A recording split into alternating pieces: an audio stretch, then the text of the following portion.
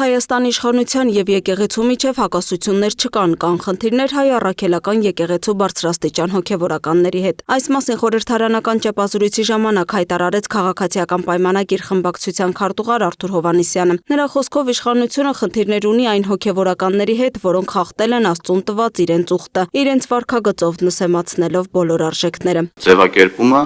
մեզ համար ընդունելի չի, պետություն եկեղեցու հետ մենք խնդիր չունենք, մենք ունենք խնդիր, արդեն նշեցի Կտրիշ Ներսիսյանի եւ նրա շրջապատի հետ, որոնք ըստ էության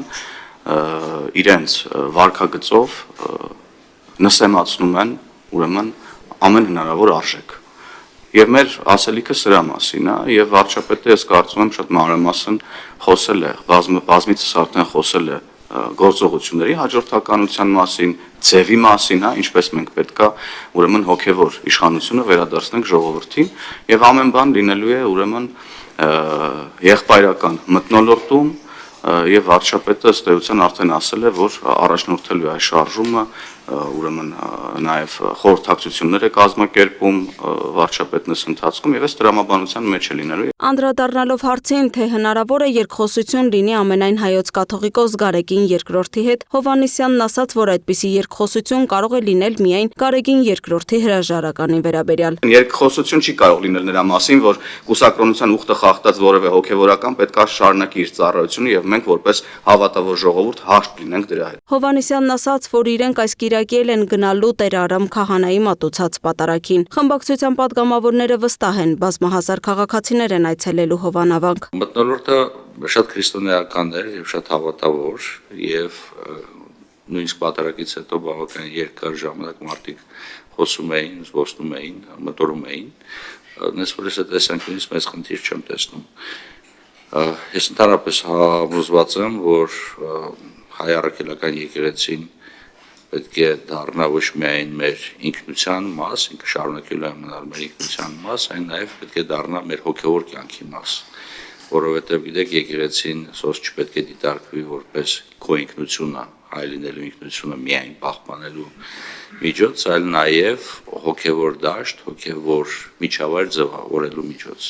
Սա շատ կարևոր է։ Խոսելով Մայրաթոր Սուրբ Էջմիածնի դիվանապետ Արշակ arczepiskopos Խաչատրյանին վերագրվող տեսանյութերի տարածման մասին, պատգամավորները դատապարտեցին տեղի ունեցածը, նշելով, որ նման ձևով մարդու անձնական կյանք ներխուժելը եղկելի է ու դատապարտելի։ Դա բավականին վրդովեցնող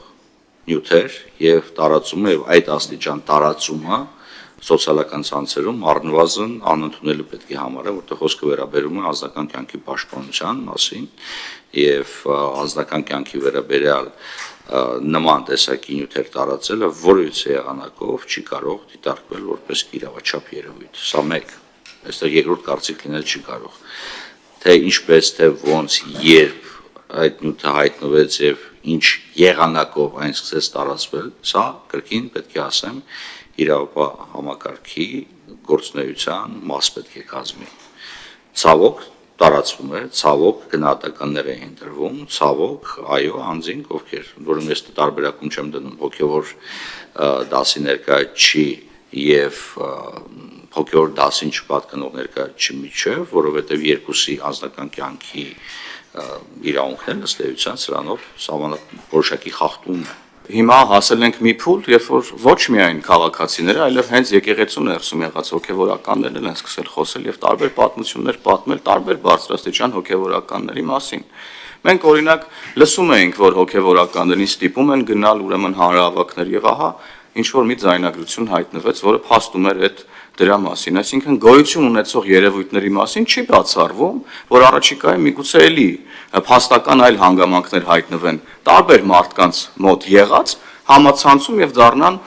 հանրության քննարկման առարկա։ Նիկոլ Փաշինյանը 2025 թվականի հունիսի 10-ին առաջարկել է ստեղծել համակարգող խորհուրդ, որը գործուն քայլեր կձեռնարկի կաթողիկոսական նոր ընտրություններ կազմակերպելու ուղղությամբ։ Ավելի վաղ վարչապետը Գարեգին II-ին մեղադրել էր կուսակրոնության ուխտը խախտելու համար, հայտարարելով նա չի կարող լինել ամենայն հայոց կաթողիկոս։ Եկեղեցականներն էլ իրենց հերթին վարչապետին մեղադրում են հակաեկեղեցական արշավ սկսելու համար։ Լուսինե Գրիգորյան, Free News, Ազատ լուրեր։